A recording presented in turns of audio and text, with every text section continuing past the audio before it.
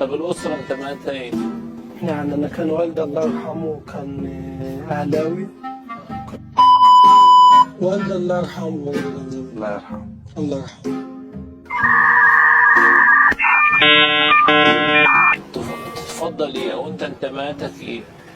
لا بص يا كابتن سيف، هو أنا حتة ما بلعبش على حتة الانتماء دي أوي. أنا لاعب محترف كده يعني، سواء أهلي سواء زمالك سواء بيراميدز سواء في أي مكان لو انت تاني. صغير كنت بتشجع ايه؟ بشجع كورة. اصلا A few moments later. أنا شايف نادي الزمالك بالنسبة لي هو أنا لو هلعب في نادي الزمالك. زملكاوي الأصل، يعني معجون زمالك بقى وش كده يعني. يا ابن اللعيبه يا فاجر. ما فكرتش في أي نادي تاني لا يعني، كان كل تفكيرك نادي الزمالك.